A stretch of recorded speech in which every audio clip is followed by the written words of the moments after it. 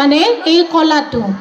তেওঁ জাৰ্মানলৈ গৈছিল, তাত গৈ তেওঁ এজন বিশ্ববিখ্যাত চলচ্চিত্ৰ নিৰ্মাতাক লগ কৰিছিল। তেওঁৰ নাম আছিল হিমাংশু ৰায়। তেখেতৰ পৰা তেওঁ 7 মাহ প্ৰশিক্ষণ লৈ নিজৰ স্বদেশলৈ অৰ্থাৎ অসমলৈ ঘূৰি আহি তেওঁ চলচ্চিত্ৰৰ কামত লাগিছিল। তেওঁ প্ৰথমখন চলচ্চিত্ৰ জয়মতীখন তেওঁ বাঁহেৰে সজাই মানে কাপোৰেৰে সজাই তেওঁ ষ্টুডিঅ' বনাই আমাৰ মাজত বিলাই দিছিল। আৰু সেই সময়ত আমাৰ মাজত এই অসমীয়াৰ যি মহিলাসকলৰ যি অভিনেত্ৰী, এই অভিনেত্ৰী বোলা বস্তুটো হ'বলৈ মানে ভয় খাইছিল। কিন্তু তেখেতে আমাৰ মাজত মহিলায়ো যি আগবাঢ়ি আহি এজন অভিনেত্ৰী, এগৰাকী বিশিষ্ট অভিনেত্ৰী হ'ব পাৰে, তেওঁৰ পৰাই তেওঁলোকে কি পাইছিল, এইটো ইনস্পায়াৰ পাইছিল। আৰু তেওঁ 14 বছৰ বয়সতেই কিন্তু এইটো কাম কৰিছিল যে তেওঁ নাটকো 14 বছৰ বয়সতেই লিখিছিল। তেওঁ সৰুৰ পৰাই এই প্ৰতিভা লৈ আমাৰ মাজত আহিছিল।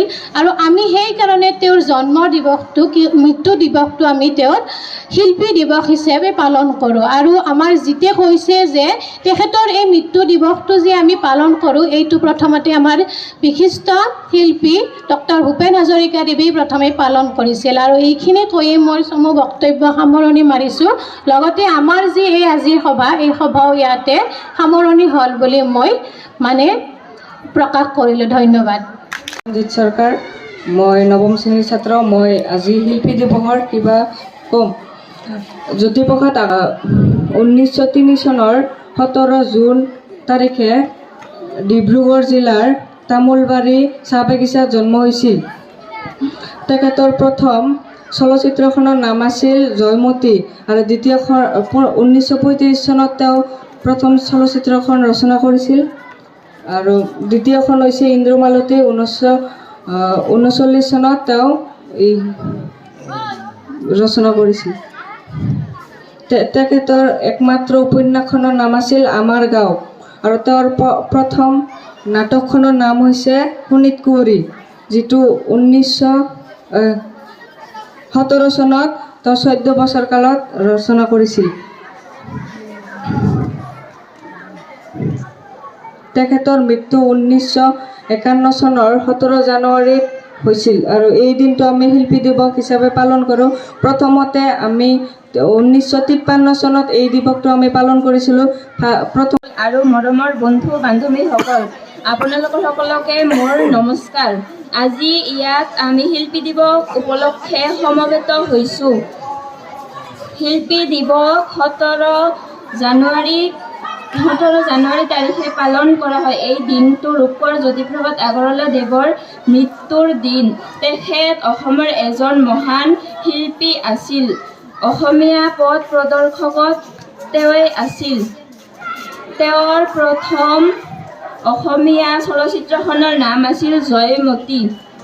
14 বছৰ বয়সত তেখেতে ৰচনা কৰা নাট হ'ল শোণিতকুঁৱৰী। তেখেত ৰচনা কৰা নাটসমূহৰ ভিতৰত লভিতা, নিমাতী মইনা, ৰূপালী আদি উল্লেখযোগ্য। তেখেতৰ পিতৃৰ নাম আছিল পৰমানন্দ আগৰৱালা আৰু মাতৃৰ নাম আছিল কিৰণময়ী দেৱী। শৈশৱৰ পৰাই তেওঁ সৃষ্টিশালী মনোভাৱৰ আছিল। শিল্পী দিৱসৰ দিনটো আমাৰ গৌৰৱৰ দিন।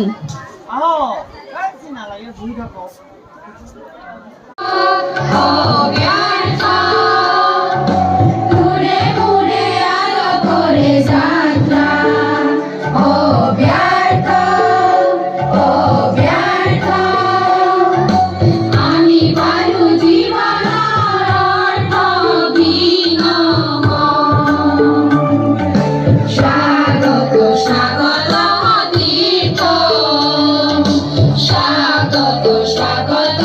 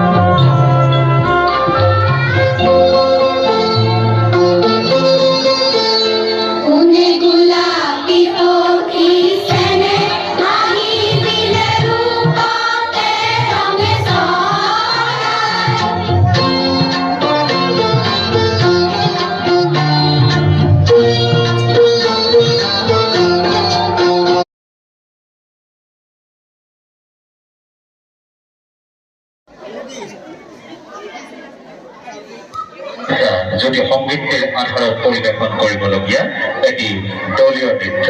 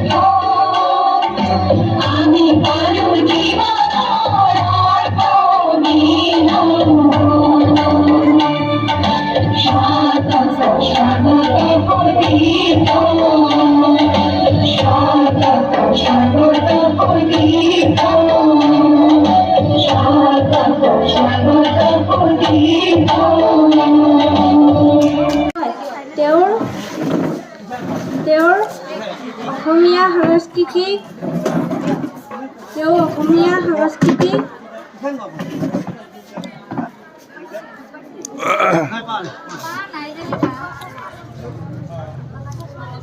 মই অষ্টম শ্ৰেণীৰ ছাত্ৰ। মই আজি জ্যোতিপ্ৰসাদ আগৰৱালাৰ বিষয়ে কিছু কথা ক'ম। শিল্পী দিৱসৰ বিষয়ে কিছু কথা ক'ম। মাননীয় শিক্ষক শিক্ষয়িত্ৰী আৰু বন্ধু বান্ধৱীসকল, আজি জ্যোতিপ্ৰসাদ আগৰৱালাৰ মৃত্যু দিৱস হিচাপে শিল্পী দিৱস পালন কৰা হয়। জ্যোতিপ্ৰসাদ আগৰৱালা অসমৰ এজন সুৰকাৰ নাট্যকাৰ আছিল। তেওঁৰ জন্ম 1903 চনৰ 17 জুন তাৰিখে ডিব্ৰুগড় জিলাৰ তামোলবাৰীৰ চাহ বাগিচাত হৈছিল। তেওঁৰ পিতৃৰ নাম আছিল পৰমানন্দ আগৰৱালা আৰু মাতৃৰ নাম আছিল কিৰণময়ী দেৱী। তেওঁৰ পূৰ্বপুৰুষসকল ৰাজস্থানৰ পৰা পোনপ্ৰথমে আহি অসমৰ তেজপুৰত বসবাস কৰিবলৈ আৰম্ভ কৰিছিল। তেওঁ ৰচনা কৰা সংগীতসমূহ জ্যোতি সংগীত হিচাপে জনা যায়।